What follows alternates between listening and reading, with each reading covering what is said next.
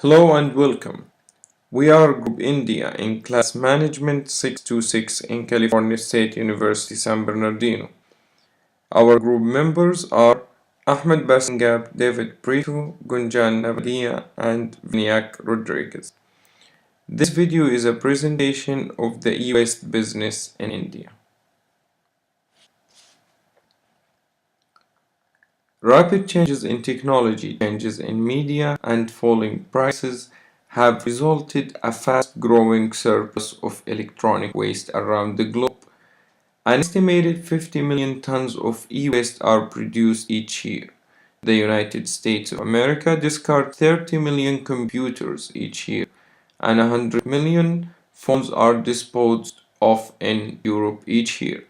The Environmental Protection Agency estimates that only 15 to 20% of e-waste is recycled.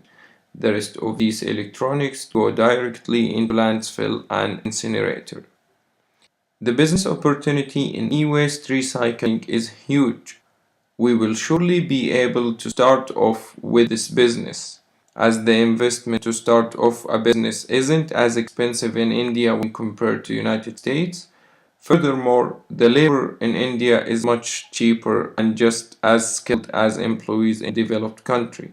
As such, our proposed service is to create an e-waste recycling plant in India in which we will partner with the community, local government, and electronics companies in responsibly processing damaged or obsolete electronics. This video will begin by providing an environmental analysis in relation to starting an e-waste facility. In that analysis, we will discuss the political impact, social impact, legal impact, economic impact, technological impact, and environmental implications. Next, we evaluate this opportunity by discussing the following: the customer, the market, the industry, the business model, projected cost, projected revenue, creating a right team, and deciding when to start this venture. Our paper will then discuss how we plan to formulate a global strategy, and we will end by providing a summary. Starting with the political impact, which will be divided into three parts: the government, the e-waste regulation, and the foreign trade. For the government, after the GDP growth rate slowed from 9% in 2010 to below 5% in 2014, voters started to pay more attention to the next prime minister. Therefore, the candidates for the prime minister position are battling to reach this approach. The government attention with the population pressure will show a positive direction for the economy in India. This indicates that the GDP growth rates will increase, decreasing the inflation rate, increasing the purchasing power of India and individuals living within its borders. Narendra Modi, the current Prime Minister of India, is known as a business-friendly manager. He encourages foreign investment to resume the flowing of money into the country. That means it will be a great time for foreign investors to start investing in India. Second, e-waste regulation. E-waste has caused a serious health problem to the Indian population due to the toxic chemical used in manufacturing electronics. Therefore, the Indian government has set a rule that requires producers of electronics to be responsible for the life cycle of the product from design to dispose. Third, foreign trade. India had a closed economy period to 2004, but that had changed. In fact, the Indian government decided to open its market to foreign trade. Although trade has become open, taxation in India can discourage foreign investment to go into the Indian market. A foreign company taxation can reach up to 40%, with taxation for domestic companies reaching as high as 30%, both of which are high. Lateness of payment can cause an increase of 10% for each month. Therefore, The high taxation rate in India may become an issue if we decided to pursue our e-waste facility there. Moving to the social impact. The income per capita in the Indian population has increased sharply in the past few years.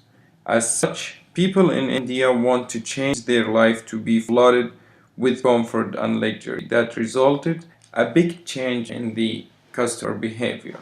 Shifting to this new lifestyle caused a lot of changing in the Indian population, changing the buying habit of the younger generation, alternating what media they are exposed to, and encouraging younger generation to become financially independent at younger age.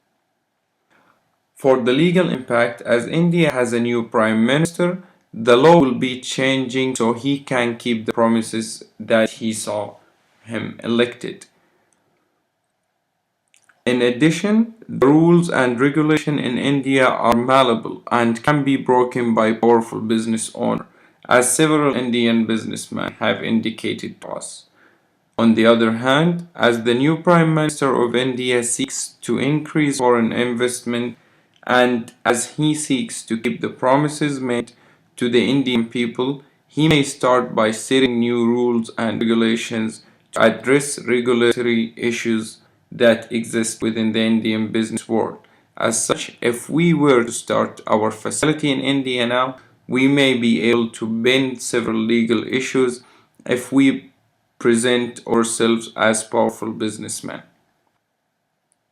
After the year 2000, the Indian GDP average growth rate was 8% from 2004 to 2008. However, its ranking gradually improved beyond the 39th, which means that the emerging world average GDP is growing as fast as the Indian market.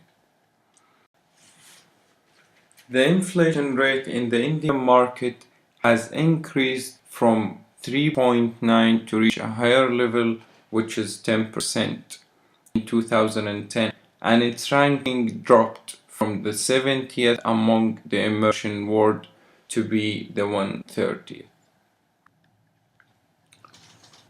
The currency for the Indian market is the Indian rupee, and the current value for the Indian rupee comparing to the United States dollar equals 61.9625 Indian rupee for each US dollar.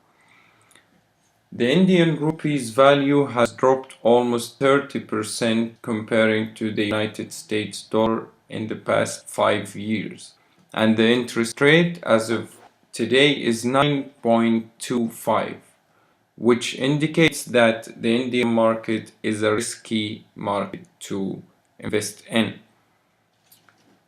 For the land rates and the disposable income, the land rate located in the Indian village of Sangpur is low compared to United States. For example, a 7-acre free land is for sale for 1.2 million Indian rupee, which is around 19,500.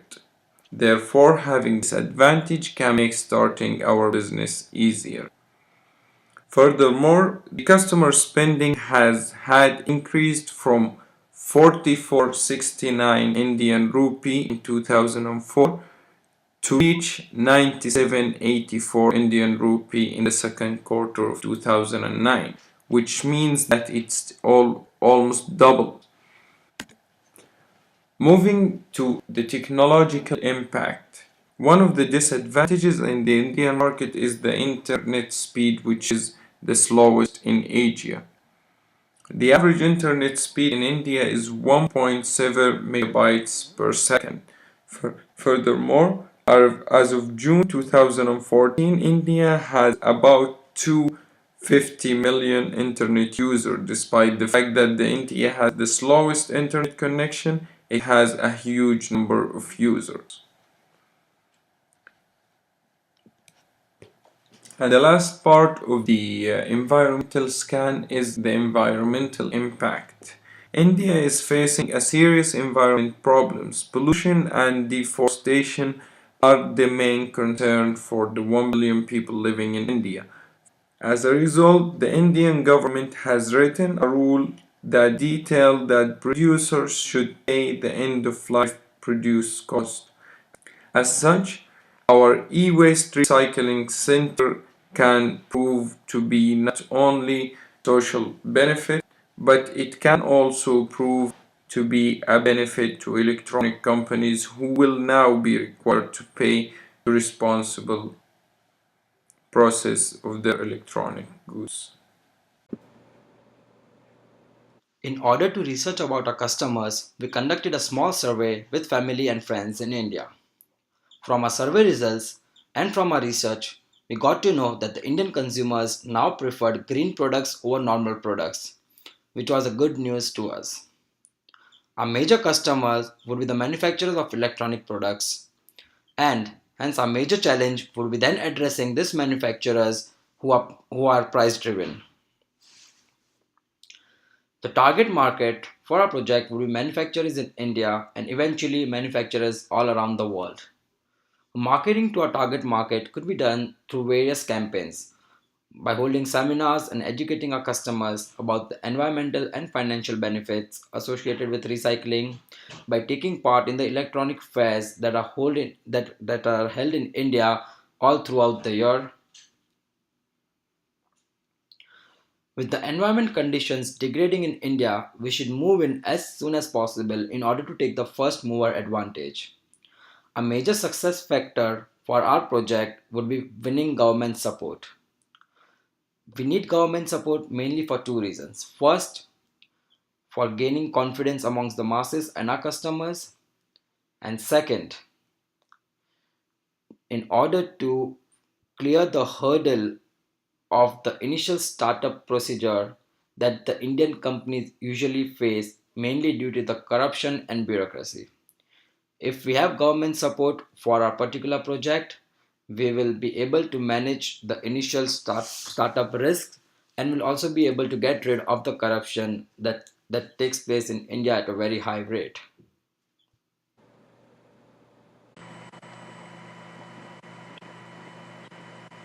The business model we have in mind is relatively straightforward. We will collect and process e-waste from various locations throughout India. As India's middle class is growing and as e-waste is being dumped into India from developed countries around the world, this is becoming an increasing problem that we feel needs to be addressed. In addressing this issue, we plan to partner with the Indian government, along with major electronics manufacturers, distributors, retailers, and customers, in responsibly managing and processing e-waste. However, in doing so, there are certain costs that we need to consider. To begin, the first cost we need to consider is the facilities cost. Not only do we need to consider the facilities cost, but we also need to consider the equipment that's going to be used within the facility to operate our recycling plant. On top of that, we also need to consider the cost it will take to um, employ such a plant in order to deliver our value proposition of responsibly recycling e-waste. So in sum, we have to take into account the facilities cost, the equipment cost, and the employment cost. All in all, that will take approximately 62,800,000 rupees, roughly $1 million US, for a mid-sized recycling plant with a moderate level of capability. On the other hand, there are potential revenue streams to be generated when engaging in e-waste processing. To begin, we can partner with the government and create a government subsidy in which we receive uh, funds from the government for responsibly processing e-waste. Additionally, we can also partner with major electronic manufacturers in helping them responsibly get rid of obsolete and damaged electronics. Additionally, we in our recycling process, we can extract precious metals such as gold, silver, copper, and palladium, and sell that back to electronics manufacturers so they can create new electronics. Additionally, we can try to salvage electronics recycled to us and then resell them to the public at a discounted price. So we have four potential revenue streams that we can generate here. One being government subsidies, two being a corporate fee that we charge to manufacturers, three, selling extracted metals from our recycling process back to electronic manufacturers. And four, creating a marketplace in which we refurbish electronics and sell them out to customers at a discounted price. All in all, the potential revenues we can generate lead to approximately 1 billion rupees, which equates to roughly $16 million US.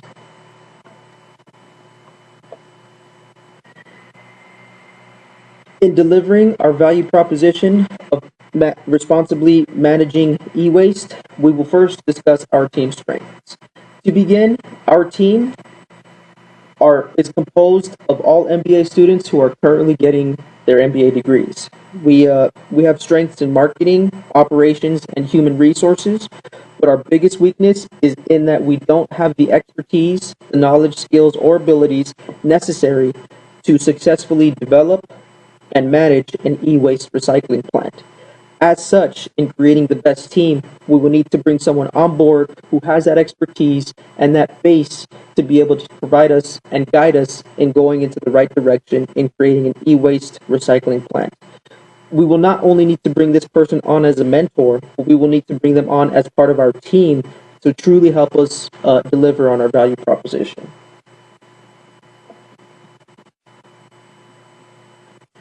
Some of our competitors include Atero and MoSwap. Atero is a current e-waste recycling plant located within India. They pay for customers to deliver their electronics to them, and they've developed a process proprietary in nature in which they can extract metals from their recycling process and resell them back to electronics. Additionally, MoSwap is sort of an eBay of India, in which you can, not necessarily eBay, but in which you can sell your electronics to them for a premium. MoSwap will refurbish those electronics and sell them back at a discounted rate back to the public. So these two individuals offer competition when it comes to responsibly processing e-waste. We will definitely, if we decide to pursue this avenue, we will need to keep those two individuals or those two firms in mind. Additionally, we will need to partner with the Indian government, with the Indian people, and with electronic manufacturers in general to make sure we develop the relationships necessary to encourage them, to entice them, and to make them want to work with us in responsibly managing e-waste. If we can keep an eye on Atero and MoSwap and manage the Indian government, Indian people, and electronic manufacturers in favor for us, there is an opportunity for us to be able to move forward and be able to deliver our value proposition of responsibly recycling e-waste and minimizing this problem in India.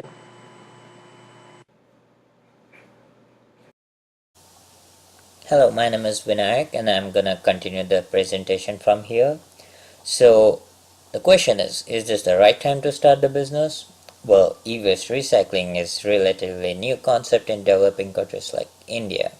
Hence the window of opportunity is surely opening for this business idea. And as per our internal discussions with the team, the timing is just pretty good to start this kind of business.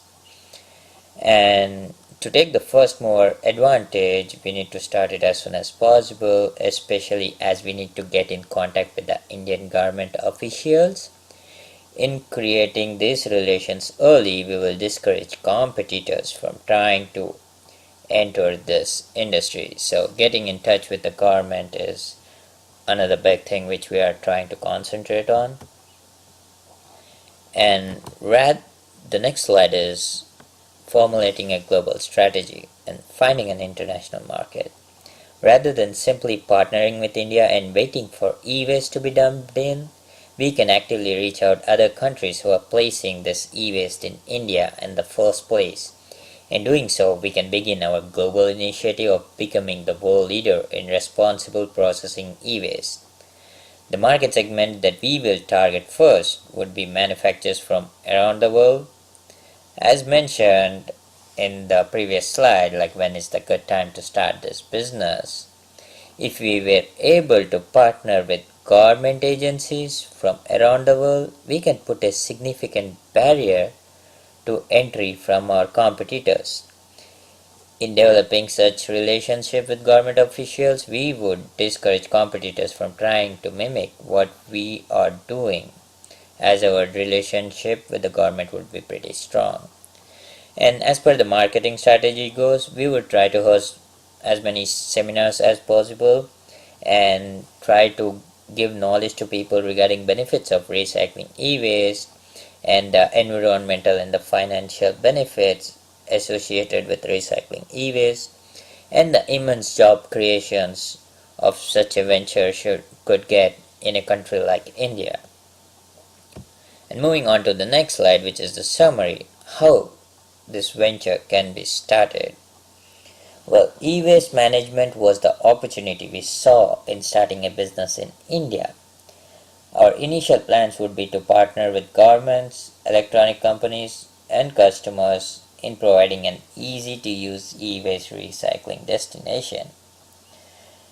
And the various factors to be considered when launching an e-waste management plant in India are, for example, the issues which come into the environmental issues like political issues, social impact issues, legal issues, technological impact issues, and environmental impact issues. So these all can have significant impact on how we plan to open and operate our venture. And the market for e-waste in India appears to be plentiful and growing, especially with the growing middle class in India purchasing more and more electronics these days. With developed countries from around the world and they dumping the e-waste in India, it appears as though there will be no shortage of e-waste coming in, and we wanted to be part of it. And as far as competitors goes, Atero has already established itself as the nationally recognized e-waste management service in India, who also provides a marketplace for customers to purchase low-price electronics. Apart from that, Moswap is another primary competitor who is willing to pay premium to customers to deliver their electronics to them. Lastly, as e-waste in India is coming from countries around the world, there is definitely an opportunity to go global. Specifically, rather than waiting in India for countries to dump their e-waste, we can go to these countries and set up shops there. If we were able to sign governmental and manufacturing contracts with governments and corporations around the world, we may be able to set up a barrier to entry that would discourage competition from jumping into e-waste space. So, well, that is it. So this is our case study presentation for opportunity exploration country study from all our group members, and thanking you from Vinayak. I'm signing off. Have a good day.